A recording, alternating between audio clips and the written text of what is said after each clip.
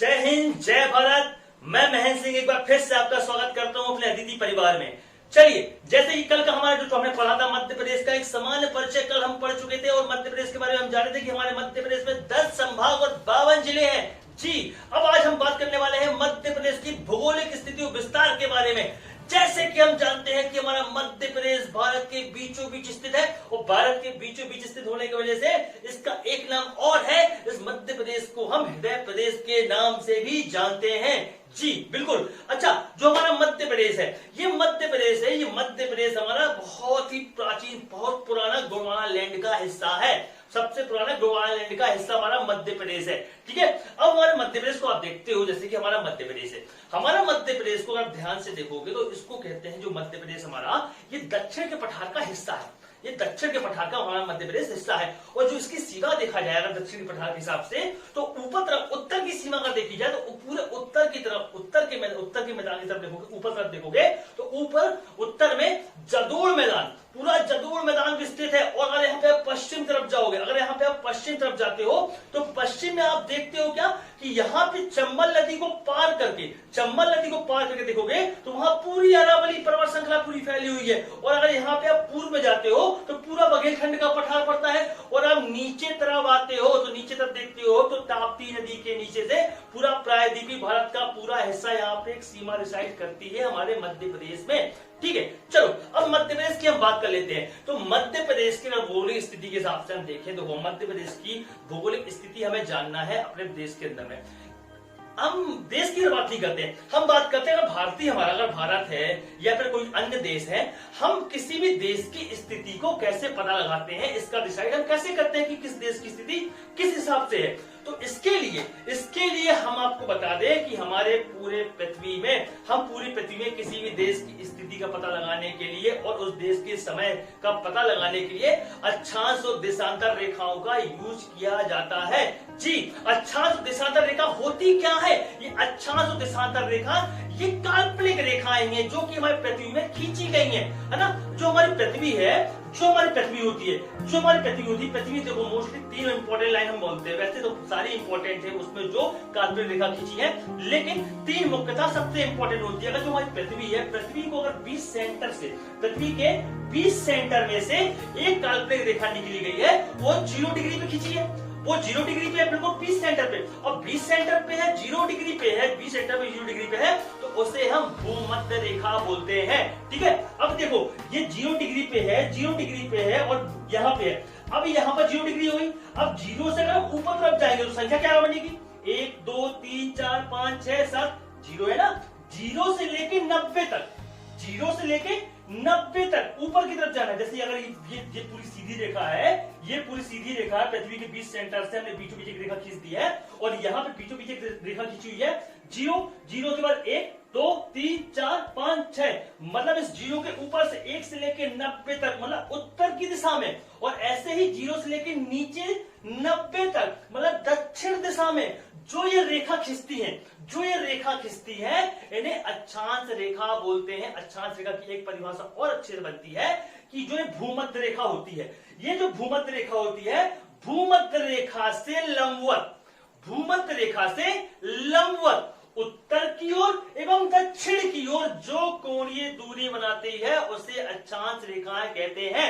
जी हाँ, जो 0 डिग्री है, 0 डिग्री से अगर हम ऊपर तरफ जाते हैं तो ऊपर की उत्तरी गोलार्ध में 90 अक्षांश रेखाएं होती हैं।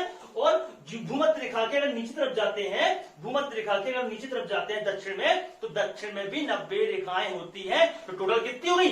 90 प्लस 90 180, टोटल कितनी? 180। लेकिन यहाँ पे अगर भूमध्य रेखा भी एक लंबवत रेखा है, वो भी तो एक अक्षांश का ही हिस्सा है ना। अगर उसको भी हम प्लस कर देते हैं तो पूरी कितनी संख्या हो जाती है? पूरी की पूरी संख्या 181 अक्षांश रेखाएं हो जाती है। 90 ऊपर 90 नीचे बीच की है, तो कितनी हो गई? 181 अक्षांश रेखाएं हो गई, है ना। अक्षांश रेखा क्या है? तो अक्षांश रेखा में मैंने आपसे बताया 0 डिग्री, 0 डिग्री के बाद 0 के बाद 1 के बाद 2 के बाद 3 के बाद 4 के बाद 5 के बाद 6। ये आप देखा ना, 1 2 3 4 5 6, 1 0 से लेके 1, 0 और 1 के बीच की जो जगह होती है, जीरो और एक के बीच की जो जगह होती है उसे जोन बोलते हैं, उसे कटिबंधी बोलते हैं, उसे क्या बोलते हैं? कटिबंध बोलते हैं, कटिबंध बोलते हैं। ठीक है, जीरो से एक और एक के बाद दो, उसे भी कटिबंध बोलेंगे। मतलब कहने का मतलब है दो अक्षांशों के बीच को, दो अक्षांशों के बीच में जो जगह होती है उसे कटिबंधी क्षेत्र बोलते हैं, जोन क्षेत्र बोलते हैं, है ना। चलो अब यहां पे समझो, अब जीरो से हम ऊपर जाएंगे 2 3 4 5 6 7 करते करते जब हम ऊपर तक पहुंचते हैं 23.5 डिग्री पे, जब हम ऊपर तक पहुंचते हैं 23.5 डिग्री पे, जब 23.5 डिग्री पे हम जब ऊपर पहुंचते हैं तो यहां पर 23.5 डिग्री पे यहां पर एक रेखा खींची है। उस 23.5 डिग्री पे जो रेखा खींची हुई है उसे बोला जाता है कर्क रेखा। उसे क्या बोलते हैं? कर्क रेखा बोलते हैं। मतलब जीरो से उत्तर की ओर, जीरो से ऊपर की ओर, मतलब उत्तर की ओर जा रहे हो तो वहां से जीरो से उत्तर की ओर 23.5 डिग्री पे कौन सी रेखा खींची हुई है, वहां पर उस रेखा को बोलते हैं कर्क रेखा। सेम कंडीशन जीरो से अगर दक्षिण की ओर आते हैं, जीरो से अगर दक्षिण की ओर आते हैं वो भी 23.5 डिग्री पे, और जो नीचे की रेखा होती है उसे बोला जाता है मकर रेखा। उसे क्या बोला जाता है? उसे मकर, नीचे वाले को मकर रेखा, बीच वाले को भूमध्य रेखा और इसके ऊपर वाले को कर्क रेखा बोलते हैं। ठीक है, अब ये रेखा क्यों है, ये रेखा क्यों, इसको कर्क रेखा का नाम क्यों दिया? क्योंकि ये जो हमारा सूर्य है, सूर्य की जो किरणें होती हैं 23.5 डिग्री के बाद से यहाँ पे तिरछी पड़ती है। मतलब कहने का जो सूर्य की किरणें होती है 23.5 डिग्री के बाद से ऊपर तरफ फिर लंबवत नहीं पड़ती। मतलब लंबवत कहने का मतलब 23.5 डिग्री के ऊपर ही उसकी लास्ट रोशनी उसकी लंबवत पड़ती है। 23.5 डिग्री के बाद सूर्य फिर नीचे आने लगता है, इसीलिए कर्क रेखा ऊपर 23.5 डिग्री पे, मकर रेखा नीचे 23.5 डिग्री पे। ठीक है, ये आपको समझ में आया होगा। ठीक है, अब देखो जो आपका कर्क रेखा और मकर रेखा और भूमध्य रेखा, ये तीन चीजें, कर्क रेखा मकर रेखा, मतलब ऊपर उत्तर के 23.5 डिग्री से, ऊपर उत्तर के 23.5 डिग्री से नीचे अगर आते हो मकर रेखा 23.5 तक, मतलब यहां से यहां तक। मैंने इससे पहले क्या बताया था आपको? मैंने बताया था ना, दो अक्षांशों के बीच को क्या बोलते हैं? कटिबंधी बोलते हैं, कटिबंध बोलते हैं। अब देखो जो मकर रेखा होती है, जो मकर रेखा और कर्क रेखा होती है, मकर और कर्क रेखा जो होती है इन हिस्से में अत्यधिक गर्मी होती है। गर्मी क्यों होती है? क्योंकि इसी हिस्से में ही पूरा सूर्य up down up down up down होता रहता है। अब पूरे सूर्य इसी रेखा में अप डाउन होता रहता है, जिसकी वजह से क्या है, इसी पूरी रेखा में जब अप डाउन होगा तो यहाँ गर्मी बढ़ेगी, और यहाँ गर्मी बढ़ेगी तो इसीलिए इस क्षेत्र को उष्ण बोलते हैं। क्या बोलते हैं? उष्ण बोलते हैं। और बीच के क्षेत्र क्या बोलते हैं? कटिबंधी। तो क्या हो गया?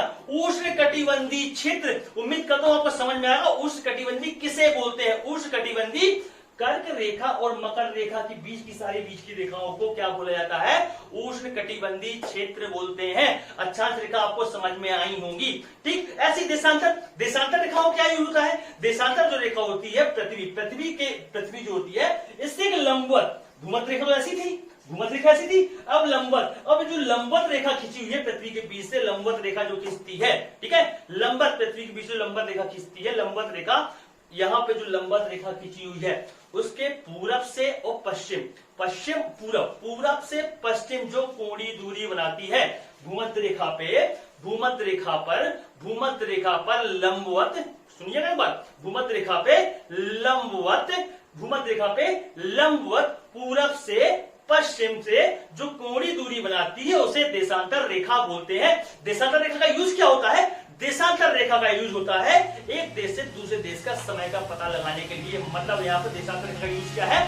समय का डिसाइड करने के लिए। ठीक है, अब हम आते हैं अपने मध्य प्रदेश में। अब मध्य प्रदेश में आते हैं, ये हमारी पृथ्वी है। पृथ्वी के में अब यहाँ पे अपने भारत की लोकेशन ढूंढते हैं, भारत की लोकेशन के साथ देखते हैं तो क्या, अब यहाँ पर देखते हैं भारत की लोकेशन। तो भारत में हम जब आएंगे तो हमारे यहाँ पे भूमध्य रेखा और भूमध्य रेखा के ऊपर पड़ती कर्क रेखा। हमने पढ़ा हुआ है कि हमारे भारत से भारत के 8 राज्यों से कर्क रेखा निकलती है।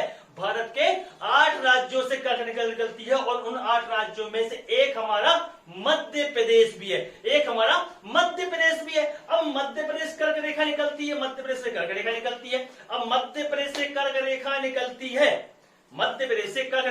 है, तो यहाँ पे क्वेश्चन बनता है, पहले नंबर यहाँ पे एक क्वेश्चन बनता है कि मध्य प्रदेश में कितने जिलों से कर्क रेखा निकलती है मैं आपको बता दूं। कर्क रेखा जो हमारे मध्य प्रदेश निकलती है, मध्य प्रदेश को 2 बराबर हिस्सों में बांटती हुई चली जाती है, 2 बराबर हिस्सों में बांटती हुई चली जाती है और मध्य प्रदेश के 14 जिलों से होते हुई जाती है। मध्य प्रदेश के 14 जिलों से कर्क रेखा निकलती है। सबसे पहले अगर देखोगे कर्क रेखा इंटर कहां से होगी, इस दिशा से होगी, मतलब कहां से, पश्चिम से पूर्व की ओर से, पश्चिम की पूर्व की ओर से इंटर करते हैं। तो यहां देखोगे तो मध्य प्रदेश का सबसे पहले जो इंटर करती है, कर्क रेखा इंटर करती है, पूछा गया क्वेश्चन है, ये आपके एमपीपीएससी का पूछा गया क्वेश्चन है कि कर्क रेखा सर्वप्रथम मध्य प्रदेश के किस जिले में प्रवेश करती है। तो सर्वप्रथम रतलाम जिले में, सर्वप्रथम रतलाम जिले में प्रवेश करती है। रतलाम जिले में प्रवेश करके जब वहां से आगे बढ़ती है तो रतलाम से पहुंचती है उज्जैन, उज्जैन से आगे बढ़ती है आगरमालवा, आगरमालवा से आगे जाती हुई राजगढ़, राजगढ़ से आगे जाती हुई विदिशा, विदिशा के बाद भोपाल, भोपाल के बाद आपका रायसेन, रायसेन के बाद आपका सागर, सागर से आगे आप जाते हो तो दमोह, दमोह के बाद आपका पड़ता है जबलपुर, जबलपुर के बाद कटनी, कटनी के बाद आपका उमरिया, उमरिया के बाद शहडोल और शहडोल के बाद अनूपपुर। आपके 14 जिलों से होती हुई कर्क रेखा गुजरती है मध्य प्रदेश को 2 बराबर हिस्सों में बांटती हुई। अच्छा, यहाँ पे एक क्वेश्चन पूछा गया है, आप देखो मध्य प्रदेश से बीचों बीच से कर्क रेखा जो निकली हुई है, मध्य प्रदेश से कर्क रेखा जो बीचों बीच निकली हुई है, यहाँ पर एक क्वेश्चन और है कि जो कर्क रेखा निकल रही है इसी के समांतर मध्य प्रदेश में एक नदी भी बहती है, उसी के समांतर मध्य प्रदेश में एक नदी बहती है, उस नदी का नाम है नर्मदा नदी। नर्मदा नदी हमारे मध्य प्रदेश की जो कर्क रेखा निकलती है उसी के समांतर ही बहती है। क्वेश्चन पूछा गया है कि कर्क रेखा के समांतर मध्य प्रदेश की कौन सी नदी बहती है, तो वह नदी आपकी नर्मदा नदी है, जिसकी दिशा क्या है, पूर्व से पश्चिम की ओर बहने वाली मध्य प्रदेश की नदी है। ठीक है, चलो अब आगे बात करते हैं। हम मध्य प्रदेश की स्थिति की बात कर रहे थे, हम मध्य प्रदेश की स्थिति, भौगोलिक स्थिति की बात कर रहे थे। मध्य प्रदेश की भौगोलिक स्थिति क्या है, कैसी है, तो मध्य प्रदेश की हम आपको भौगोलिक स्थिति बताते हैं। मध्य प्रदेश को अगर यहां से हम आएंगे, यहां से हम चलते हैं ऐसे, अगर हम यहां से ऐसे चलते हैं ना, अगर हम मध्य प्रदेश के यहां से कोई जिला पकड़ ले और मध्य प्रदेश का कोई लास्ट वाला जिला पकड़ते हैं और यहां से अगर यहां से इसकी किलोमीटर की दूरी निकाली जाए तो 870 किलोमीटर, 870 किलोमीटर दूरी है। कैसे, इसकी मध्य प्रदेश की पूरब से पश्चिम, पूरब से पश्चिम मध्य प्रदेश की 870 किलोमीटर दूरी। इसके बाद अब यहाँ देखो उत्तर से दक्षिण, उत्तर से अगर दक्षिण आते हो, उत्तर से अगर दक्षिण आते हो तो उत्तर से दक्षिण अगर आप आते हैं तो मध्य प्रदेश की उत्तर से दक्षिण की कितने किलोमीटर, 605 किलोमीटर। भैया 605 किलोमीटर, कहां से, उत्तर से दक्षिण की ओर। ठीक है, यहां से यहां 870, यहां से यहां 605 किलोमीटर पड़ती है। ठीक है, अब बात करते हैं मध्य प्रदेश की। हमने बोला मध्य प्रदेश भारत के बीचों बीच लोकेशन में है, मध्य प्रदेश जो है भारत के बीचों बीच लोकेशन पे है। अब यहाँ बीच लोकेशन में तो सबसे पहले क्वेश्चन आपको यही होना चाहिए कि भारत में जो इतने सारे राज्य हैं, इन राज्यों में मध्य प्रदेश का नंबर कौन सा लगता है, मध्य प्रदेश का नंबर कौन सा लगता है क्षेत्रफल की दृष्टि में, तो मध्य प्रदेश का भैया दूसरा नंबर, मध्य प्रदेश का दूसरा नंबर लगता है। मध्य प्रदेश क्षेत्रफल की दृष्टि से दूसरा सबसे बड़ा राज्य है, पहला आपका राजस्थान है। ठीक है, ये स्थिति पहले नहीं थी, ये स्थिति पहले नहीं थी जब मध्य प्रदेश का जब नवीनतम मध्य प्रदेश हमारा बना, मतलब 1 नवंबर सन 2000 को जब मध्य प्रदेश अब नवीनतम बन गया था, मतलब 31 अक्टूबर सन 2000 को छत्तीसगढ़ जब देश का 26वां राज्य बन के अलग हो गया था, उससे पहले मध्य प्रदेश देश का सबसे बड़ा राज्य था। लेकिन सन 2000 के बाद से जब छत्तीसगढ़ अलग हो गया तो अब मध्य प्रदेश दूसरे नंबर पे हो गया है और पहले नंबर पे राजस्थान हो गया है। ठीक है, चलो अब यहाँ बात थी मध्य प्रदेश क्षेत्रफल की, तो मध्य प्रदेश का क्षेत्रफल कितना है, तो मध्य प्रदेश का क्षेत्रफल है आपका 3 लाख क्षेत्रफल कितना है, तो मध्य प्रदेश का क्षेत्रफल 3,08,252 वर्ग किलोमीटर। कितना, 3,08,252 वर्ग किलोमीटर मध्य प्रदेश का क्षेत्रफल कहा जाए। तो अगर हमारा पूरा भारत देश है, पूरे भारत देश अगर अपने आप में 100% है, तो उस 100% का 9.3% खाली मध्य प्रदेश के पास है। भैया कितना, 9.3% मध्य प्रदेश के पास है। अब मध्य प्रदेश की हम बात करते हैं, यहाँ पर मध्य प्रदेश को अगर हम यहाँ पे देखें, मध्य प्रदेश। मध्य प्रदेश की अगर यहाँ पे अक्षांश और देशांतर रेखाओं, अक्षांश और देशांतर रेखाओं के यहाँ पर इसको हम तुलना करते हैं, तो मध्य प्रदेश से अगर 0 डिग्री से ऊपर जाओगे, 0 के बाद 1 2 3 4 5 6 7 8 9 करते करते जब आप 21वीं अक्षांश रेखा पहुंचोगे, मतलब 0 डिग्री से आप 1 2 3 4 करते हुए जब 21वीं डिग्री पे पहुंचोगे, जब आप 21वीं डिग्री में पहुंचोगे, मतलब कह देगा 21वीं degree, 21 degree 6 minute, 21 degree 6 minute में बाद आप उसके बाद मतलब वहां से मध्य प्रदेश की लोकेशन चालू हो जाती है, यहां से मध्य प्रदेश की लोकेशन चालू। अब 21 के बाद 22 23 24 25 26 कहां पहुंच रहे हैं? 26 तक पहुंच रहे हैं, 26 डिग्री 30 मिनट तक, मतलब 21 मिनट से अपन को चालू है मध्य प्रदेश की लोकेशन। अक्षांश के हिसाब से 21